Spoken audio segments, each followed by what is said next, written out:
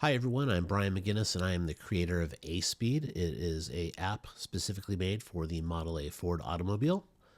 When you first open up A-Speed, when you first download it, you're going to get this Get Started wizard. So go ahead and click that and it's going to walk you through the setup for your specific car. So you can go ahead and put a name in for your car. We're going to set this one up for our Victoria, so I'm going to call it Victoria. You go ahead and choose your rear end ratio. I've got a 411 in the Victoria, so we're going to put that there. And then you get to choose tires. Now, we've included a lot of the popular tires that are used in Model A's today for the 19 and 21 inch wheels. And you can also do a custom size, but I've got American Classics 19 inch, so we're going to go ahead and click on that. And it's going to set our tire diameter automatically for us. I do have an Overdrive. We've got a 4-speed RTS in there, and it's actually got a 37% overdrive. And so we're going to put that in there, and you can choose which speed it automatically shifts into. And I'm going to go ahead and just leave it at 55. So you get to review all your information. You can either click back and change stuff or go ahead and click Start Driving. Now, the first time you're going to have to allow while using app your location. And we'll get into that a little bit more as we get deeper into the app.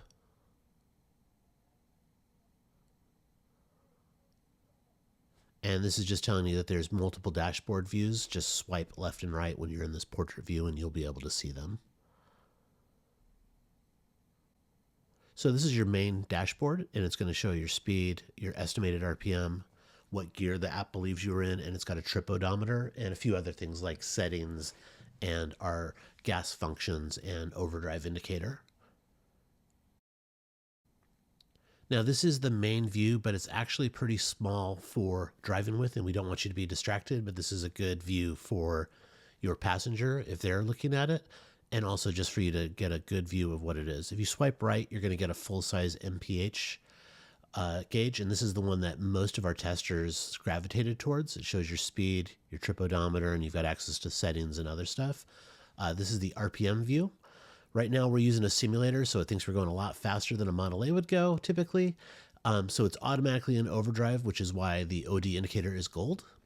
And then we've got a trip odometer that you can click reset anytime you want to reset. This is really good for tours where you have written directions and it says go left in 2.5 miles.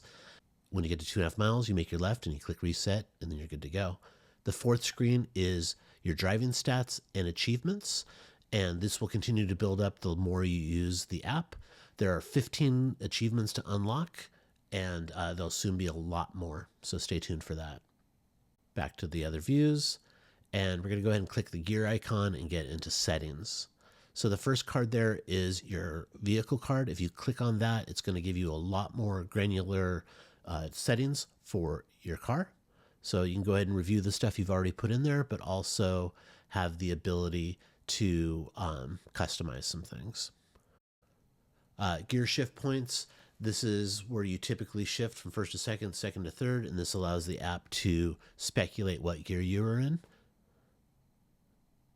And I'll go ahead and set those to how I typically drive. You'll know that specifically for your car. The next one up is your idle RPM, and I idle a little bit faster in my car because it's a little hopped up. And then the RPM red line. This will go ahead and turn the RPM indicator red if you get to a certain RPM. And you can go as high as you want to go, as low as you want to go, but I suggest keeping it at 2,500. Overdrive, we're going to go and shift into the manual overdrive mode, so you'll be able to see how that works kicking in and out of overdrive manually. And then you also have the ability to run the setup wizard again. So we're going to go back to the main view, and any view that's got an RPM gauge on it, a tachometer, you can do this. If you tap on the gauge, it'll kick it in and out of overdrive. So right now we're out of overdrive. You can see it go into the red line there. Tap on overdrive and it drops the RPM down. You've got a gold indicator on the OD and then a gold indicator around the gauge itself.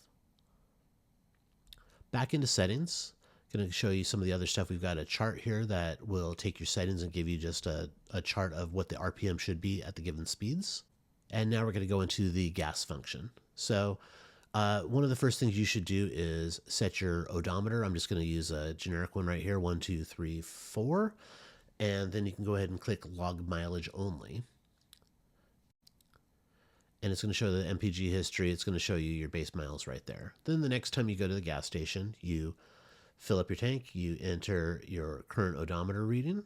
Let's say 1345 this time. That gives us 111 miles. And let's say that we put in 7.5 gallons of gas. You hit calculate MPG, and it's going to tell us we're getting almost 15 right there, and keep it in the log. This is a really good way to keep track of mileage and also your MPGs over time. Another really cool function is it allows you to find gas stations that are nearby in case you're running really low on the tour. And let's go ahead and click on Chevron here. It opens up the Apple Maps. It'll give you the driving directions and allow you to navigate just like you're using Apple Maps. You can go back to the ASpeed app by clicking on ASpeed up at the top there on the top left, and the GPS will continue to work in the background and it will shout out directions as you go. So we're going to go ahead and go back and hit settings, and I'll show you a few more settings. We've got the ability to have it in metric or in standard. Flipping the switch on trip odometer will ask you about leaving the location set to always on. Now you're going to want to do that because if you don't do that, anytime you minimize the app to take a phone call, text message, or look at a different map, the trip odometer is going to stop updating. So go ahead and flip that on. It'll take you to settings. Click on ASpeed and make sure it says always allow. No other tracking is done. You'll see that in our privacy policy.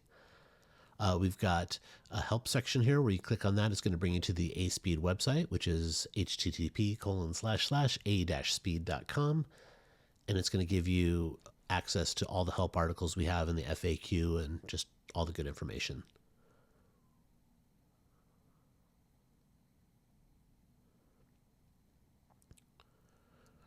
We do anonymous app tracking in the background. Nothing is attributed to you. We don't know where you are, where you're going, what car you are, who you are.